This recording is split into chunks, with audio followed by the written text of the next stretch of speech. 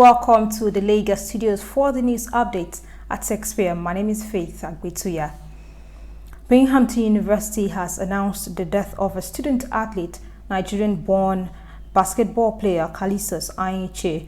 On his verified Twitter handle, the university mourned the 19-year-old who was a member of the men's basketball team and majored in political science. President of the university, Harvey Stenger, in a public statement said the loss was heartbreaking for the university community. He said Ayiche drowned on Sunday at Buttermilk Falls State Park in Itacha, New York. And Mohammed Hayatu, who is the petitioner's 42nd witness, called to testify at the Presidential Election Petition Tribunal by the People's Democratic Party, PDP, and its presidential candidate Atiku Abubakar, said on Tuesday that part of the Adamawa province where Atiku was born had never been part of Cameroon. Fielding questions from the respondents' lawyers, Hayatu confirmed that Atiku was born in 1946 in Jada in the Adamawa province.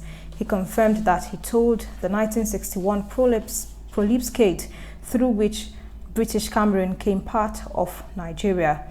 He asked, after being asked if he was aware that the Adamawa province was part of British Cameroon, ceded to Nigeria in the aftermath of the 1961 prolipscate, he said there was a part of Adamawa province that was in northern Cameroon.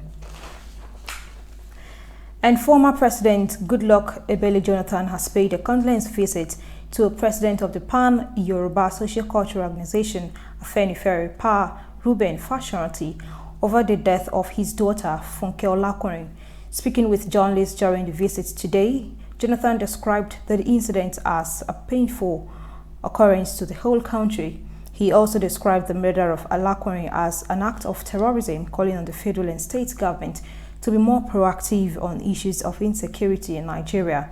Jonathan also called on the federal government to implement reports of the 2014 Confab, as some of the recommendations of the report dealt with issues of security capable of helping Nigeria address the current security challenges in the country. Jonathan called on the government not to play politics with national issues like security of lives and property. And the Senate has called for immediate convocation of a national security summit to address insecurity in the country. This followed a point of order raised by Senator Ayo Akinyelure of APC in Ondo State over the killing of Funke Olakunrin. Akinyelure expressed concerns over the killing and similar ones, which he described as increasing and incessant murder of innocent Nigerians by gunmen along major highways across the country. He also cautioned that if immediate actions were not taken, the development might lead to ethno-religious crisis, especially in the southern part of Nigeria. President Muhammadu Buhari has taken a swipe at criticisms on him on the insecurity situation in the country, saying that they are not patriotic. Former President Olusegun Obasanjo had on Monday written an open letter to President Buhari, accusing him of not doing enough to tackle the increasing rate of insecurity in Nigeria, among other challenges. But receiving the national executives of the Buhari Campaign Organization, BCO, at the Presidential Villa, Abuja, the president said those criticizing the isolated cases of insecurity in the country were not patriotic. According to the president, countries around the world are facing one security challenge or the other. He also pointed out that there were new challenges of banditry and kidnapping around the globe. Former Minister of Aviation Femi Fani-Kayode has cautioned Miyetti Allah Group over its call for the arrest of former President Olusegun Obasanjo. The National Security Secretary of the group, Alhassan Saleh, had criticized the former president over his letter to President Muhammadu Buhari, warning that insecurity in Nigeria could reach genocidal propositions. Fani Kayode, in a statement issued today, dared Buhari to arrest Obasanjo. He described the call for former president's arrest as reckless, irresponsible, dangerous, and unacceptable. The former minister stated that Obasanjo was attempting to save Nigeria from another civil war, adding that those who opposed the ex-president's counsel failed to appreciate the fact that in events such as a war, they would suffer more than anyone else. Meanwhile, the open letter written by former President Olusegun Obasanjo to President Muhammadu Buhari, which was released, has continued to generate reactions across the country, with Nigerians expressing divergent views to the letter, which predominantly called on the presidency to be more proactive in responding to the many security and economic challenges confronting the country. Both mainstream and social media remain agog with reactions from Nigerians of walks of life. In this report, IATV spots the views of Lagos residents on the open letters of former President Olusegun Obasanjo. The report. In his open letter to the president, Obasanjo warned Buhari of imminent calamity if he continued to treat the issue of killings in the country with a nonchalant attitude.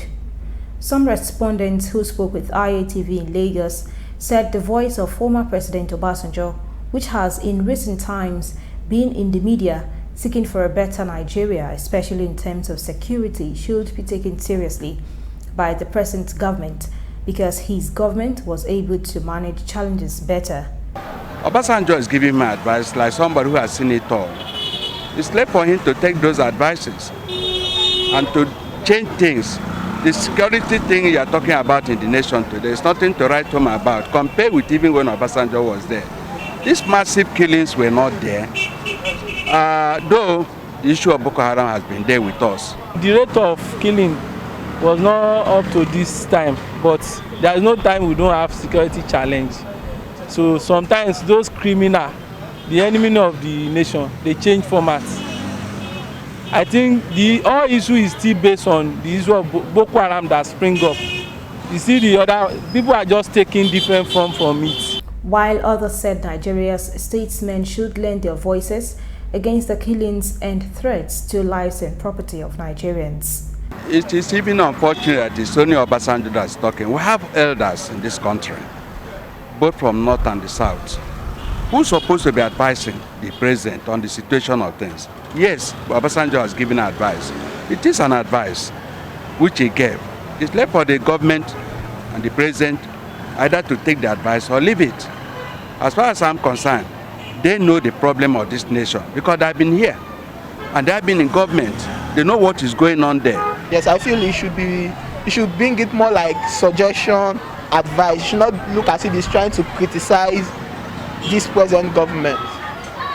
They added that beyond identifying the security challenges as offshoots of the mismanagement of Nigeria's tribal, religious, or political differences, the former president should mobilize other statesmen across the country and brainstorm on how to find a lasting solution to the incessant killings, kidnappings, and attacks across the country. The acting Chief Justice of Nigeria, CJN, Justice Tanko Muhammad, will tomorrow appear before the Senate for screening and confirmation of his appointment by President Muhammadu Buhari. President of the Senate, Ahmed Lawan, disclosed this at plenary today. Lawan said Tanko would appear before the Committee of the Whole of the Senate to commence his screening exercise, adding that copies of his curriculum vitae had been distributed to the lawmakers to enable him have adequate background information about him and his career. That's the size of our bulletin on the news at 6. Join us at 9 p.m. for more news stories. My name is Faith Agbetuya. Good evening.